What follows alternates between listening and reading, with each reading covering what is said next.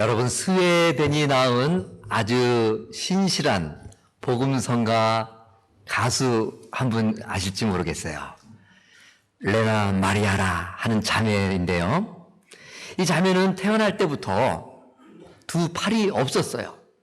그리고 한 다리도 거의 인둥마는둥 아주 짧은 모습이고, 겨우 이 사족 가운데는 그냥 다리 하나만 갖고, 왜 그런지 어머님 몸에서 태어난 거예요.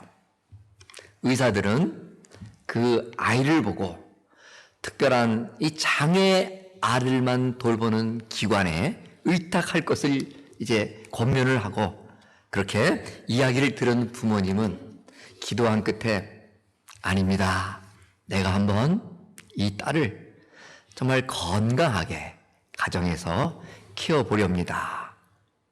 그 후부터 열심히 믿음 가운데 어머니의 양육을 받은 레나 마리아는 이처럼 장애에도 불구하고 마음에 먼지 하나 없이 순결한 마음으로 성장하면서 아주 열심히 또 운동도 하여서 세계 장애우 이렇게 올림픽 대회에서 이 수영으로 금메달을 4개나 땄다고 해요. 뿐만 아니라 열심히 또 음악 공부도 해서 스웨덴 왕국에서 주는 장학금으로 유학생활도 하면서 열심히 음악 공부를 하여서 이처럼 아름다운 목소리로 하나님을 찬양하는 그런 복음성가 가수로 오늘날도 이 전 세계를 다니면서 주님의 성호를 찬양하고 있는 거예요. 근데 그의 그 노래 가운데 My Life이라 하는 노래가 있는데, 그 노랫말 가운데는 이런 가사가 있어요. 예수님, 당신께 제 마음과 영혼을 드리기를 원합니다.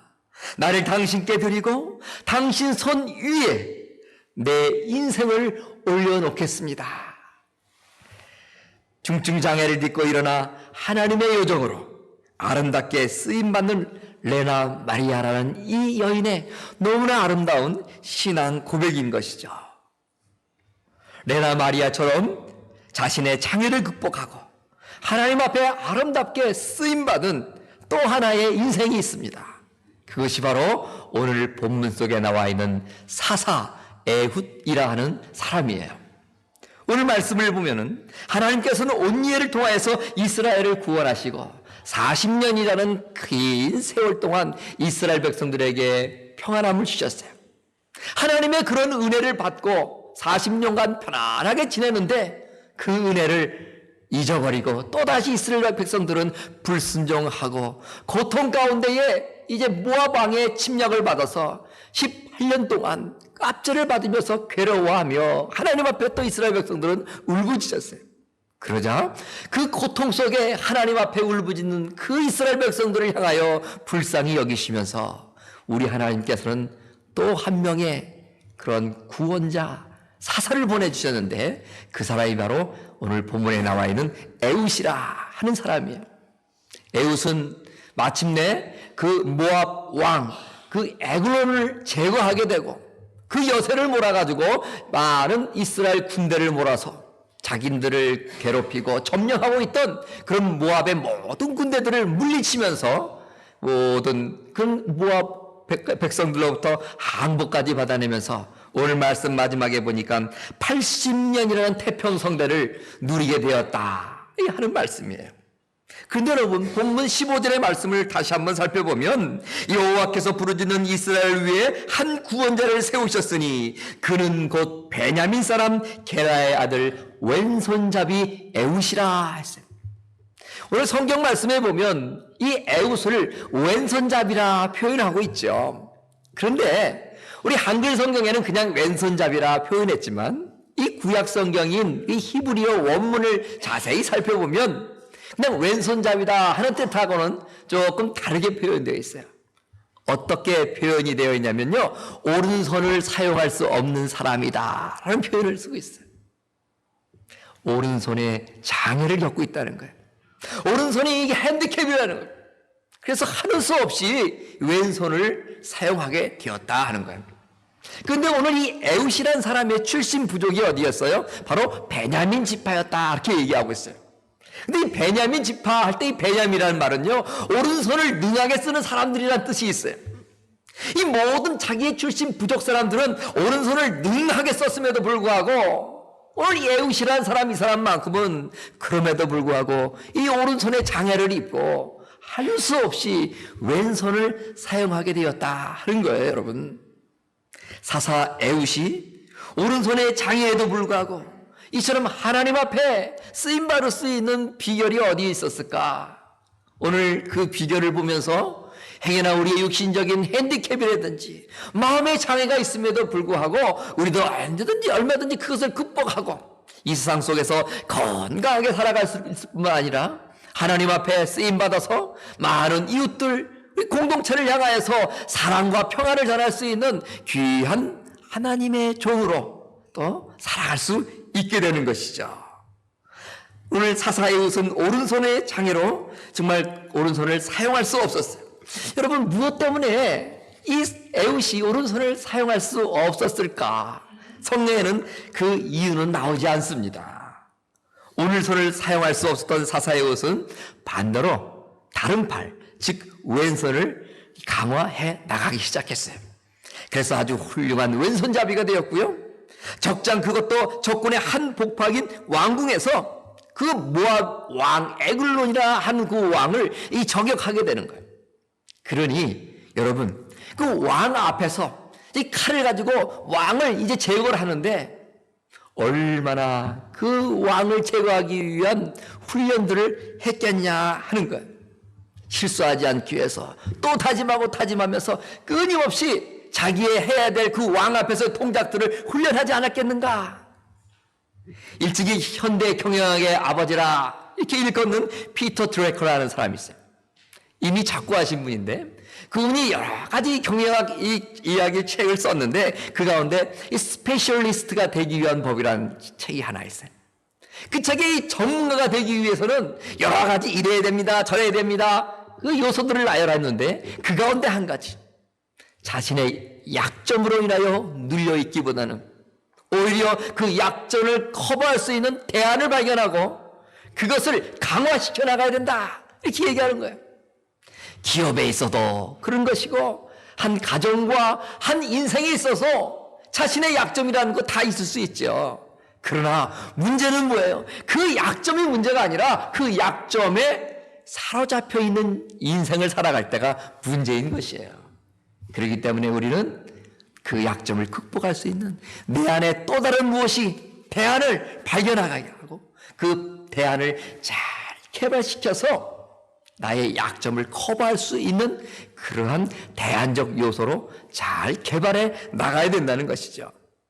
여러분, 우리가 살고 있는 이 지역은 이 골프의 지역입니다. 그래서 많은 분들이 골프를 즐기는데요. 여러분, 이 LPGA 여자 선수들 가운데에 여러분 이분 이름 되면 다 기억할까요? 일본 출신의 선수인데요. 혹시 여러분 누군지 아시겠어요? 미야자토 아이라는 이 조그만 선수가 있어요. 그 선수는 키가요 155cm밖에 되지 않는다는 거예요. 그리고 몸무게는 52kg 정도밖에 나가지 않아요. 여러분 한번 생각해 보세요. 155cm 키밖에 되지 않는 그 자매가 170 이상의 아주 그냥 건장한 체력을 갖고 있는 그런 세계 곳곳 내로로 하는 골퍼들과 이 대결을 하려니 얼마나 체력적으로 딸리겠어요. 그리고 여러분이 아시다시피 골프라는 것은 이 스윙 아크가 커가지고 그냥 공을 이렇게 멀리 날릴 수 있는 건데 이 155cm이니 이 팔 길이도 짧았던 거예요. 그러니까 자연히 그 자매는요, 미야자토 아이는 아무리 팔을 늘려도 이 팔 길이가 큰 선수들 그 스윙 아크를 따라갈 수 없어서 자연히 이 드라이버 거리가 짧을 수밖에 없는 거예요. 그래서 그 자매는 나름대로 어떻게든지 스윙 아크를 한번 크게 해보려고 노력을 하는데 여러분 혹시 그 선수 플레이 하는 거 보셨죠?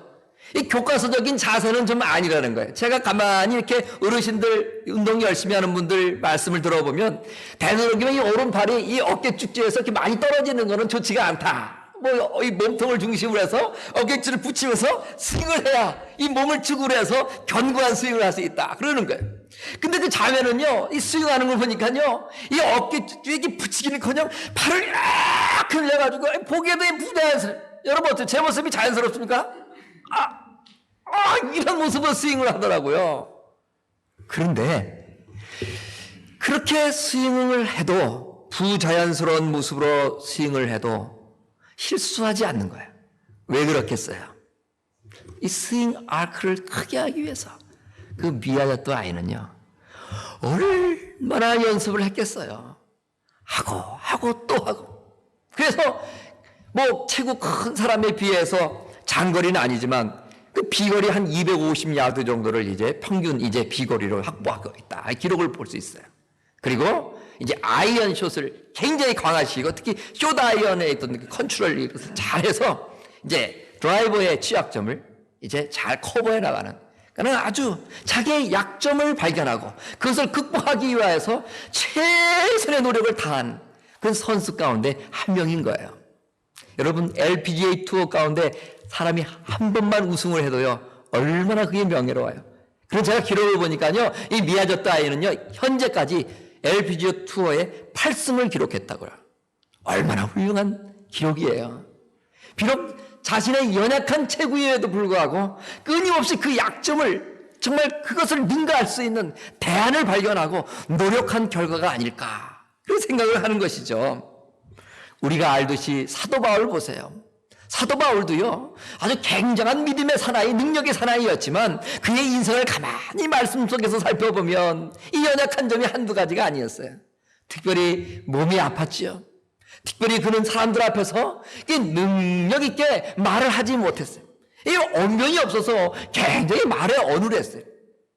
그거 말하는 성경 고린도서 11장 6절에도 보면 내가 비록 말에는 졸하나 뭐예요? 지식에는 그렇지 아니하다 하면서 이 언변엔 자신이 약했지만 열심히 공부했고, 특별히 그는 말에는 약했지만 이 필체에는 매우 탁월한 그의 어떤 그런 글솜씨가 있는 것을 볼 수가 있어요. 그래서 여러분, 신약 성경을 보십시오. 신약 성경 이 하나하나 27권 가운데에 이 사도 바울이 성령의 감동을 받아서 기록하게 된 그 책이 자그마치 14권 반 이상이 넘는 거예요. 이 바울 또한 자신의 연약한 언변을 눌려서 괴로워하지 않고 더욱더 자기의 어떤 장점을 밝혀서 극대화함으로 말미암아 하나님 앞에 이렇게 아름다운 그 놀라운 종으로 쓰임을 받잖아요. 여러분 누구나 다 살다 보면 약점이 있어요. 혹여도 이 약점만 아니었으면 내 인생 달라졌을 텐데, 그렇게 생각하고 비난하고 있지는 않습니까 여러분? 우리에게 약점이 있다면 그 약점을 커버할 수 있는 대안 또한 우리에게 있는 거예요. 그것이 무엇인가? 바로 그 대안을 찾아서 개발해야 되는 것이죠. 그것이 나를 강하게 하는 것입니다. 하나님께 쓰임받을 수 있는 길입니다.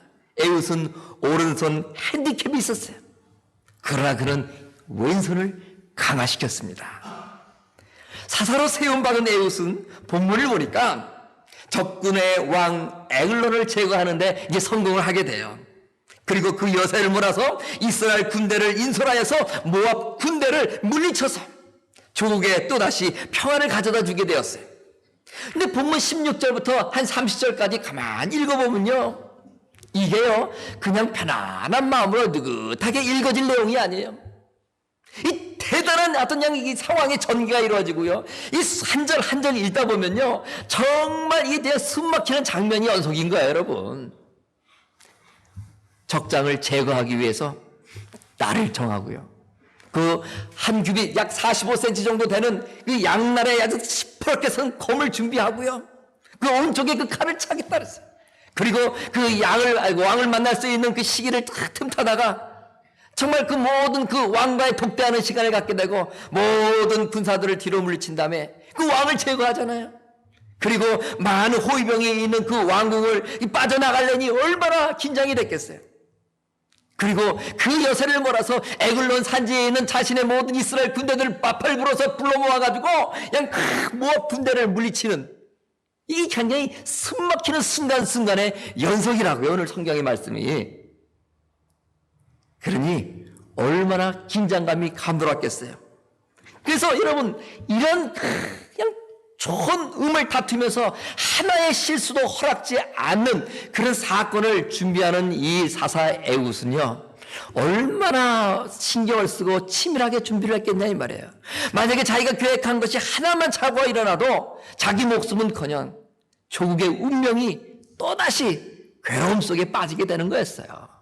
그러니 이 사사 에훗은 우리가 성경은 그냥 읽지만 그 성경 속에 얼마나 많은 준비와 기도와 계획이 있었겠냐 이 말이에요.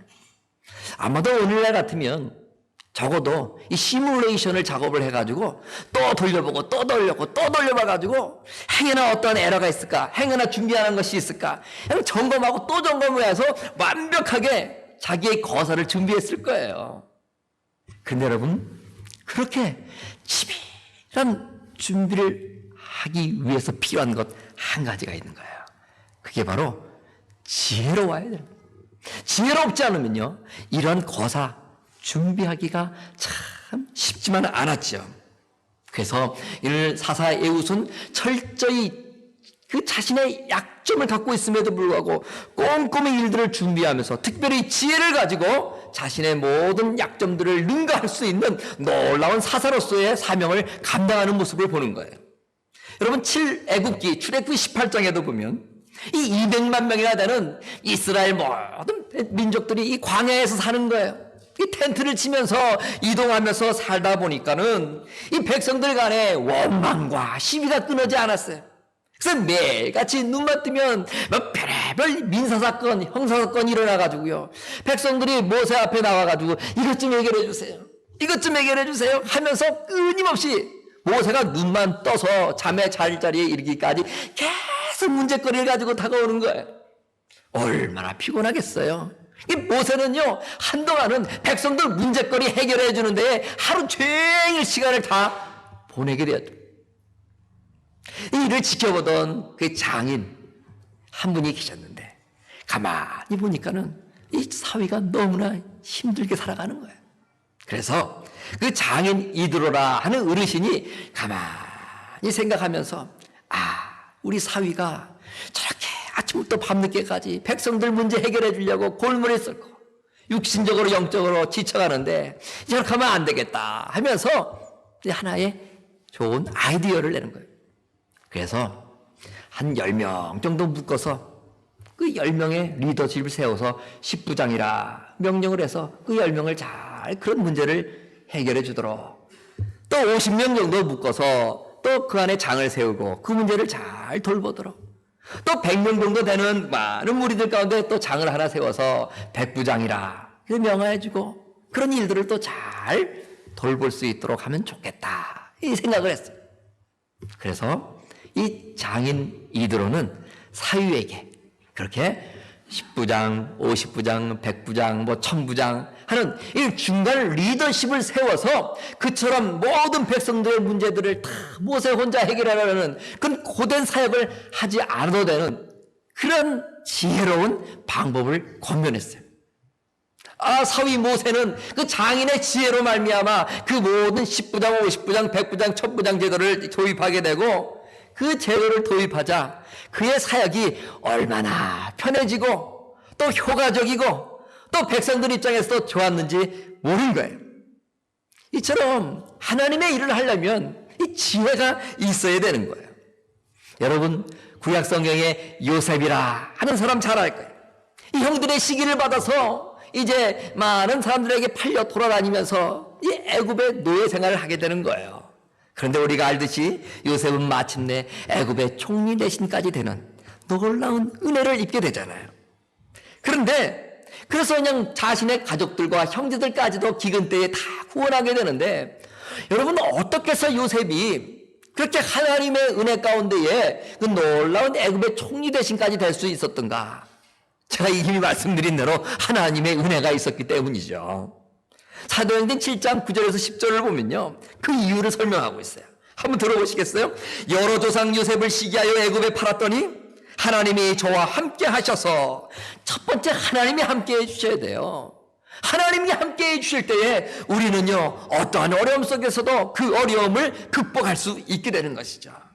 계속해서 들어보세요. 그 모든 환난에서 건져내사 애굽 왕 바로 앞에서 은총과 지혜를 주심에, 지혜를 하나님께서 주셨다는 거예요. 이처럼 노예 생활하면서 마침내 애굽에 그런 총이 대신 될 수 있었던 이유 가운데는 하나님께서 함께 하시고 그에게 은총을 주셨을 뿐만 아니라 그에게 지혜를 주셨다는 거예요. 잠언 2장 6절과 7절을 보면 대저 여호와는 지혜를 주시며 지식과 명철을 그 입에서 내심이며 정직한 자를 위하여 완전한 지혜를 예비하신다, 이렇게 말씀하고 계세요. 하나님은 오늘도 우리들에게 말씀을 통하여서 우리에게 지혜를 주시죠. 근데 여러분, 한 가지 가만히 우리가 기억할 것이 있는데, 이 이스라엘 사사 가운데 바로 전판에 나와 있는 첫 번째 그 온니엘이라는 사사, 이 온니엘과 함께 오늘 에훗은요, 이 유대 전승에 보면 매우 율법에 능했던 자였다라는 이게 기록이 나 있는 거예요.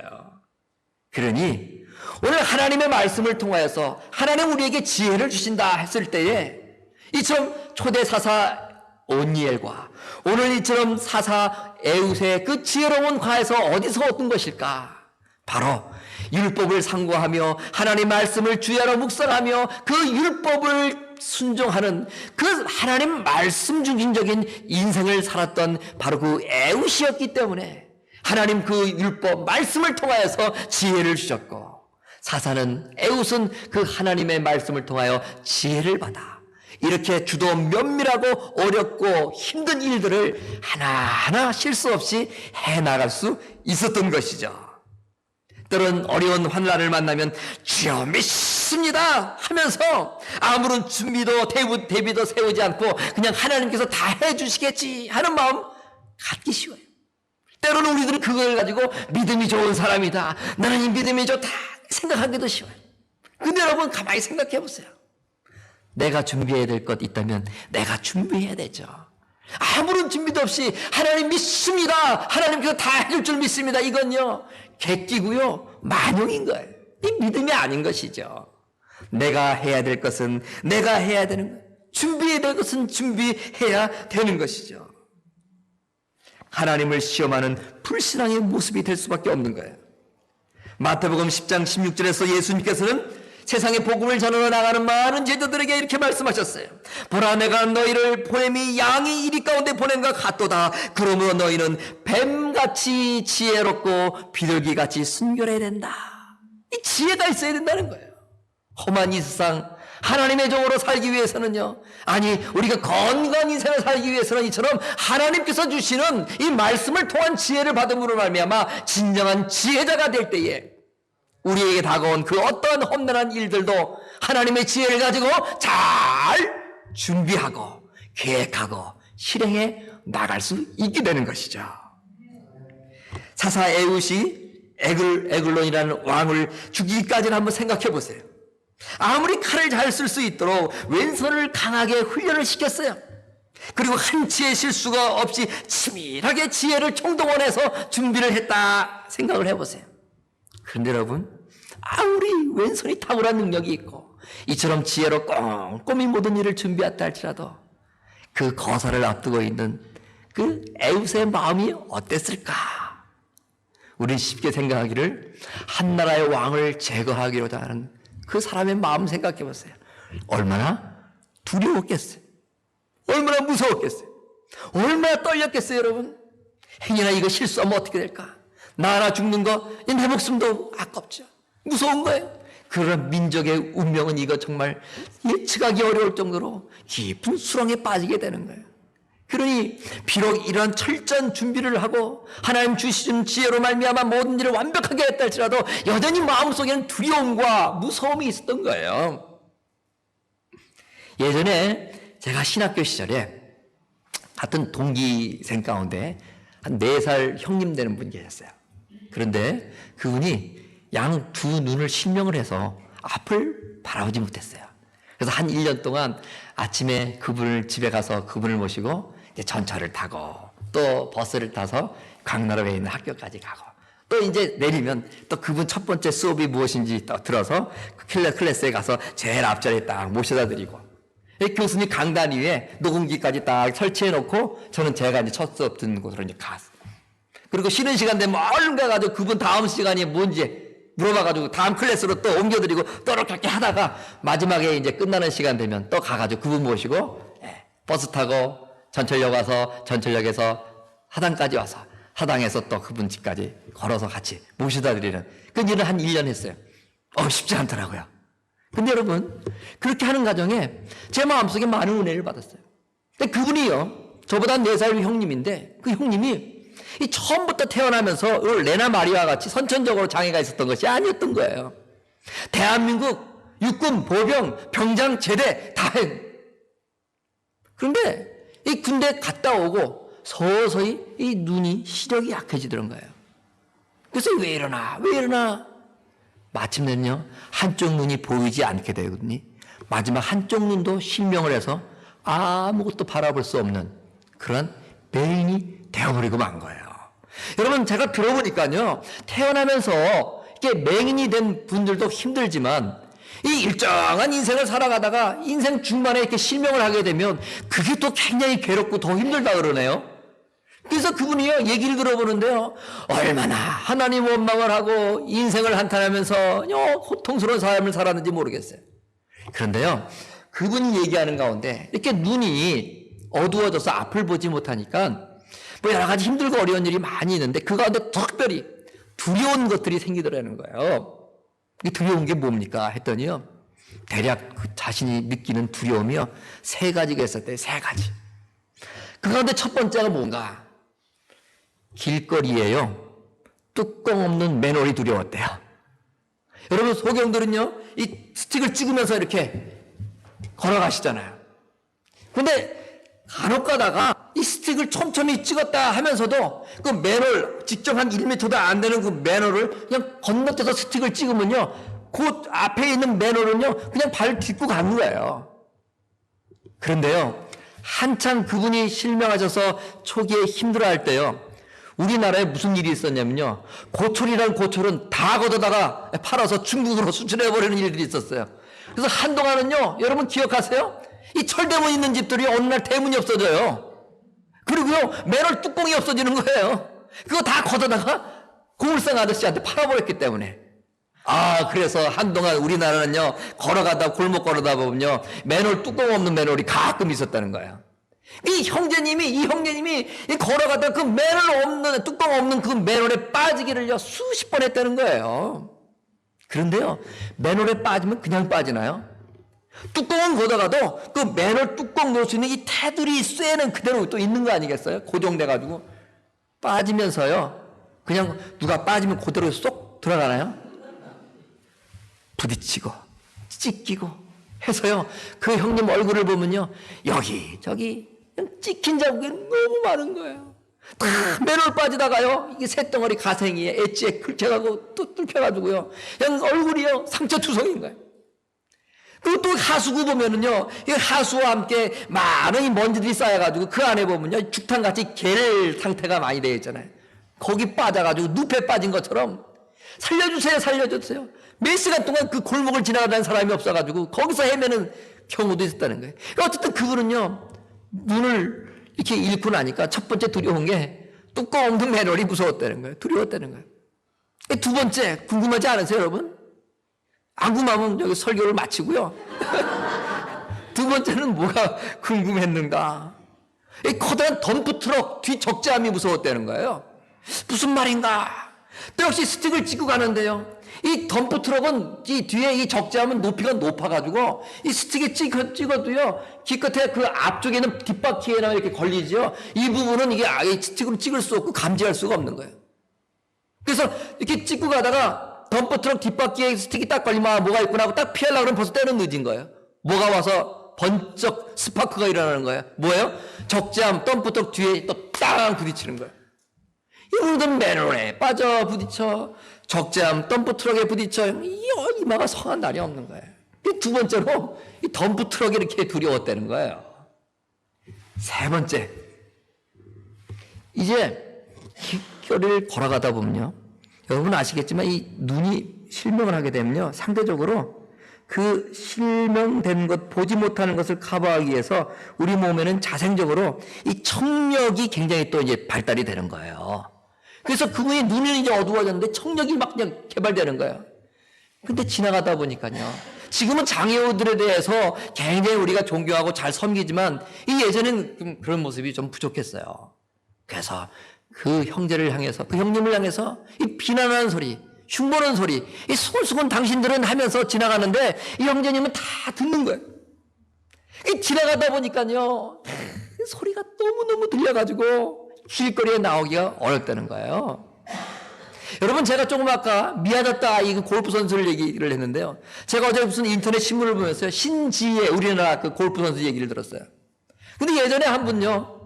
그 거의 결승전에서 연장을 하는데 이 퍼팅 짧은 걸 하나 놓쳤다는 거예요. 그래가지고 우승하지 못했다는 거예요. 그런데요. 그 이후에 무슨 일이 일어났냐면요. 만나는 사람마다 무슨 얘기를 하냐면 왜 그랬어? 왜 그것도? 이런 얘기를요. 수만 번만 들었다는 거예요. 그래서 이 신지혜 선수가요. 대인기피증이 걸려가지고 한동안 너무나 힘들었다는 거예요. 사람 만나는 게. 또 소리, 또 소리. 이 앞 못 보는 형제도요. 길거리에 나갈 때마다 그 흉보는 소리가 들려가지고 마침내 이 길거리 나가는 게 두렵고 아니 사람이 두려워서 점점점 대인기피증이 걸리고 집안에만 한동안 있었다는 거예요. 여러분. 오늘 우리도 살다 보면 이런 저런 이유로 해서 두려워하는 게 있어요. 환경이 두려울 수도 있고요.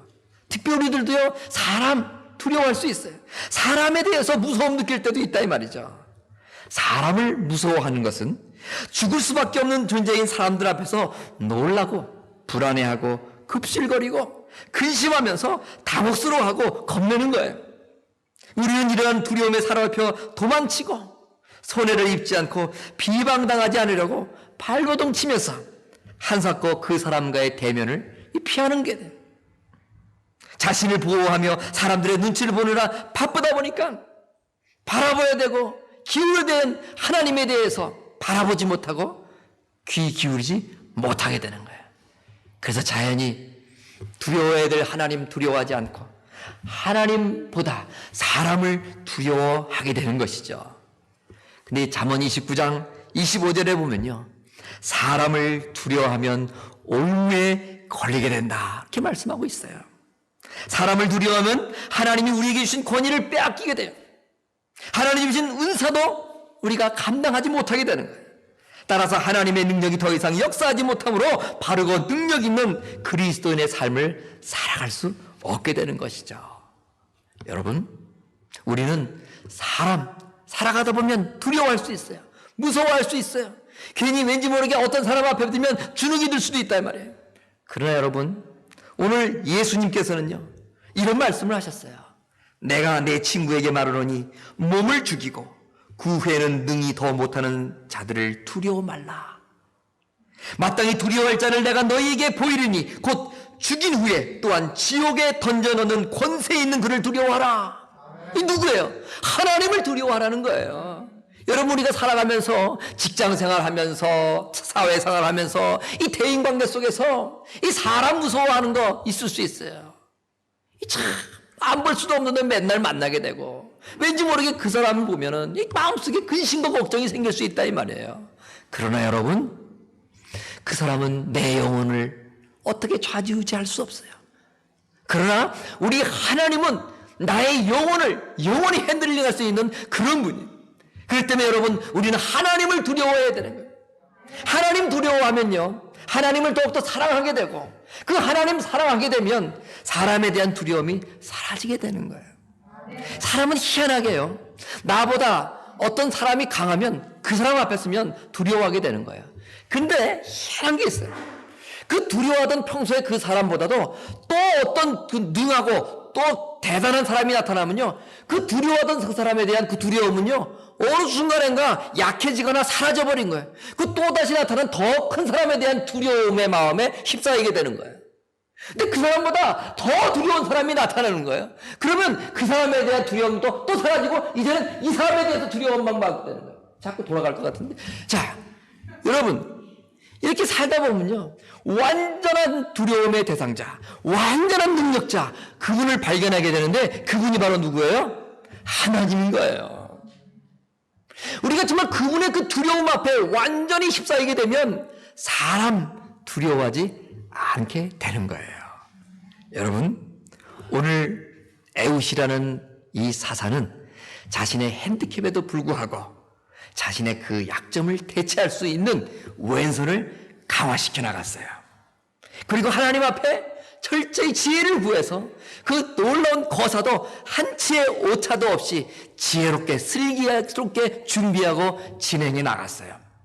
그리고 그 거사를 앞두고 두렵고 떨리는 마음이 있었지만 사람 두려워하기보다는 하나님을 두려워하며 그 하나님을 신뢰하며 그 모든 일들을 감당해 나갔고 이스라엘 모든 백성들에게 80년이라는 태평생도의 세월을 전해주게 되었던 것이에요. 여러분, 살다 보면 마음속에 신체의 어떠한 일부분에 또 내가 아니라도 우리의 가족 간에 어떤 약점 있을 수 있죠. 그 약점이 무엇이간데 그것 때문에 눌려서 기죽고 사람들 앞에 비굴하게 살아가야겠어요. 그것 약한 것으로 괴로우면 그것을 능가할 수 있는, 대체할 수 있는 능력을 기르세요, 여러분. 그리고 하나님 앞에 지혜를 구하세요. 그리고 사람들 앞에 내 약점 때문에 기죽지 말고 두려워하지 말고 영원히 들어와야 될 그 하나님을 두려워하면서 하나님을 신뢰하고 나가면 오늘 장애우였던 핸디캡을 가졌던 에웃이 이처럼 하나님 앞에 아름답게 사용되었던 것처럼 저와 여러분들도 하나님의 영광을 위해서 사용될 뿐만 아니라 우리의 많은 형제자매들, 이웃, 이 공동체를 위하여서 이바지할 수 있는 아름다운 삶을 살게 될 것이에요.